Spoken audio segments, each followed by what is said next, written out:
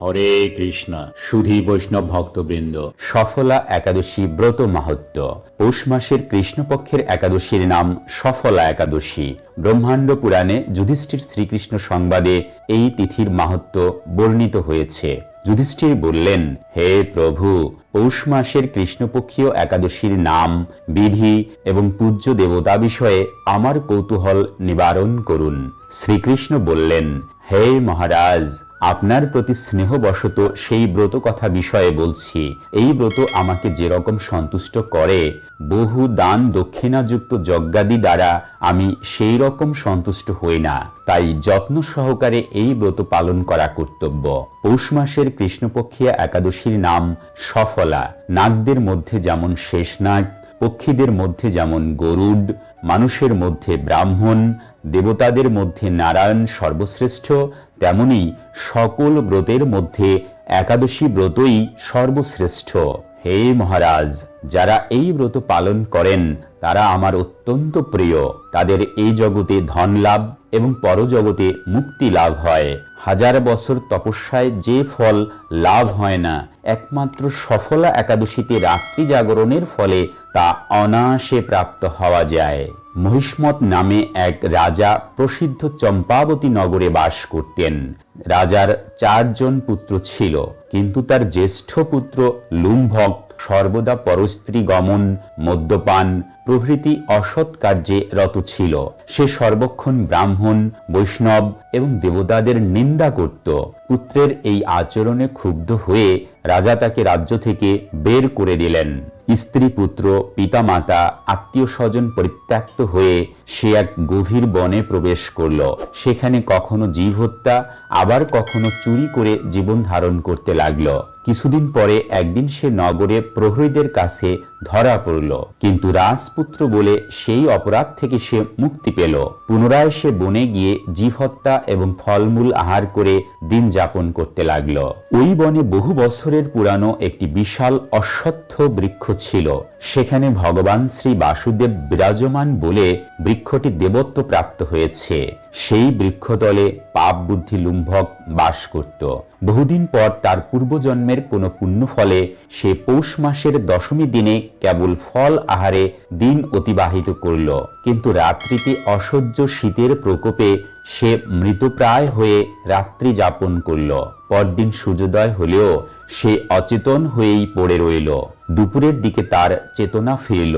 ক্ষুধা নিবারণের জন্য সে অতি কষ্টে কিছু ফল সংগ্রহ করল। এরপর সে বৃক্ষতলে এসে পুনরায় বিশ্রাম করতে লাগল। রাত্রিতে খাদ্যাভাবে সে দুর্বল হয়ে পড়ল।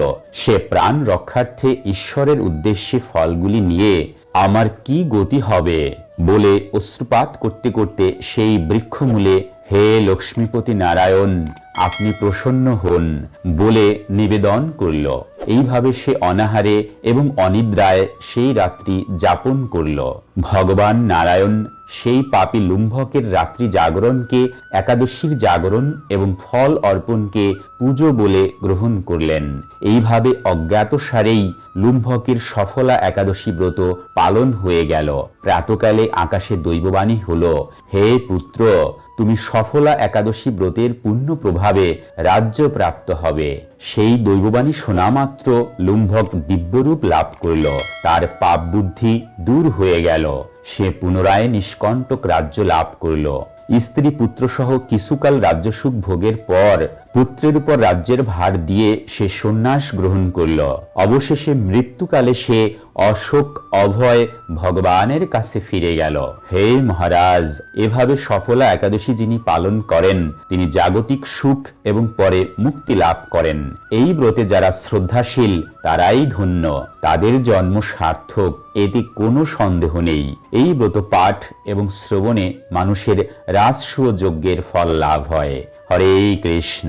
তো সুধী বৈষ্ণব ভক্তবৃন্দ, আসুন আমরা জেনে নিই সফলা একাদশী 2025-এর সারা বিশ্বের 154টি স্থানের পারণের সঠিক ও নির্ভুল সময়সূচি। আপনারা নিজ নিজ স্থানের জন্য সঠিক পারণের সময় দেখে পারণ সুসম্পন্ন করবেন। আর যদি আপনার নিজের স্থানটি এখানে প্রদত্ত স্থানের আশেপাশেই হয় তবে পারণের প্রদত্ত সময়ের সাথে মিলিয়ে নেবেন। হরে কৃষ্ণ।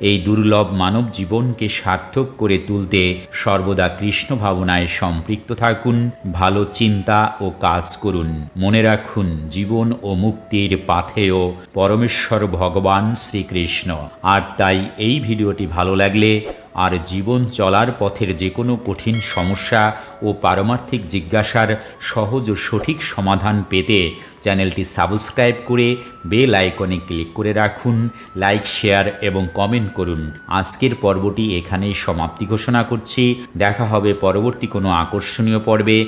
ততক্ষণ পর্যন্ত আপনারা সকলেই ভালো থাকুন, সুস্থ থাকুন। হরে কৃষ্ণ, হরি বল, প্রেমচে বলুন রাধে রাধে, জয় রাধে।